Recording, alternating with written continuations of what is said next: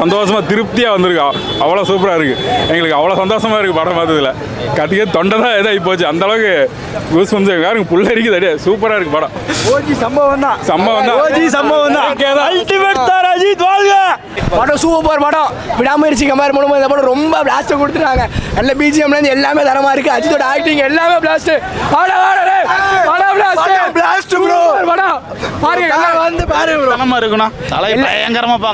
எல்லாருமே கண்டிப்பா போய் பார்க்கணும். ஃபேமிலியோட பார்க்கறதுக்கு தரமான படம். கண்டிப்பா பாருங்க. 5-10 வருஷத்தோட படம். பக்கா படம். ஃபேமிலி சென்டிமெண்ட் ரசிகர்களுக்கு உண்ட ரசிகர்கள் என்ன நினைக்கிறாங்களோ அதை அப்படியே எடுத்து வச்சிருக்காரு.